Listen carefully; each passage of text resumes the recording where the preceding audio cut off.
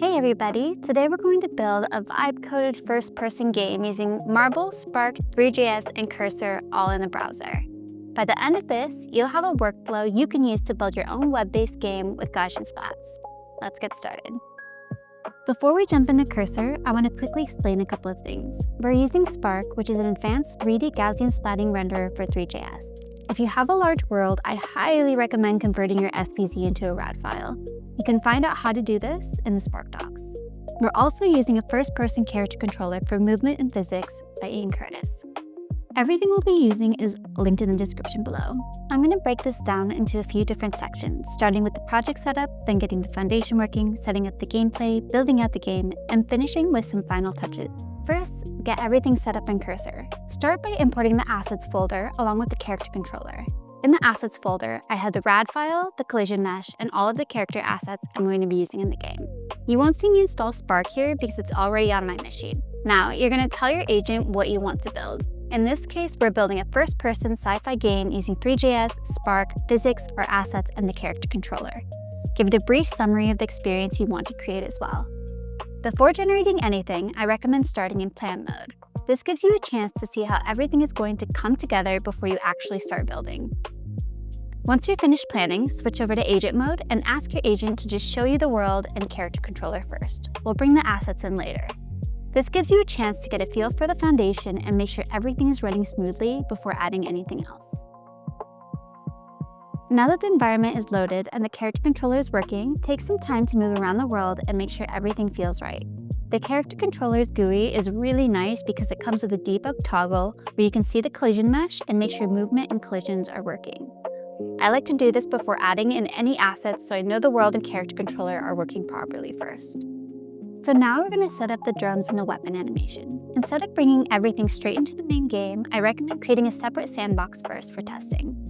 These drones aren't rigged or animated, so I'm going to have the agent generate the animations for me. For this, we're going to create a custom GUI for the controls we want to tweak. For the drones, that could be things like movement, animations, shooting behavior, and how they interact with the player.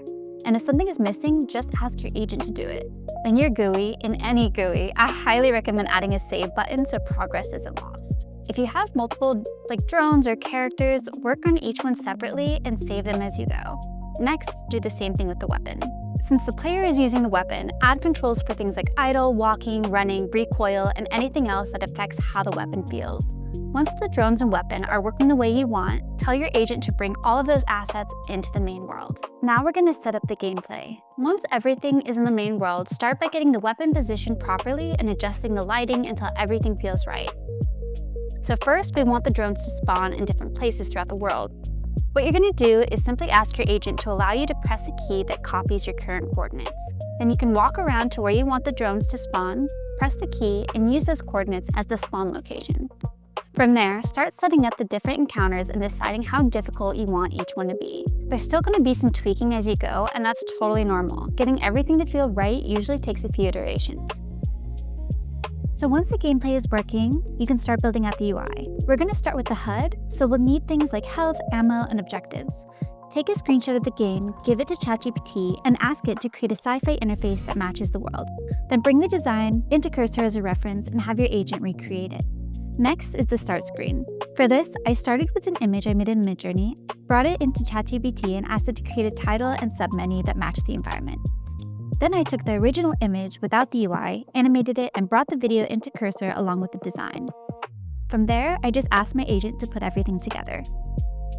Okay, so now we can start adding the final touches and really bring everything together. Sound makes such a big difference here. It's really what starts making the game feel alive. I used the World Labs to create the voice and sound effects, things like the weapon fire, footsteps, reloading, and pickups, then Suno for the background music. Once everything was generated, I brought it into Cursor and had my agent connect the audio to the different parts of the game. You're awake. My name is Vesper. 200 years I kept you hidden and breathing. It's time. There's a weapon ahead. Take it, or you're just biomass to them.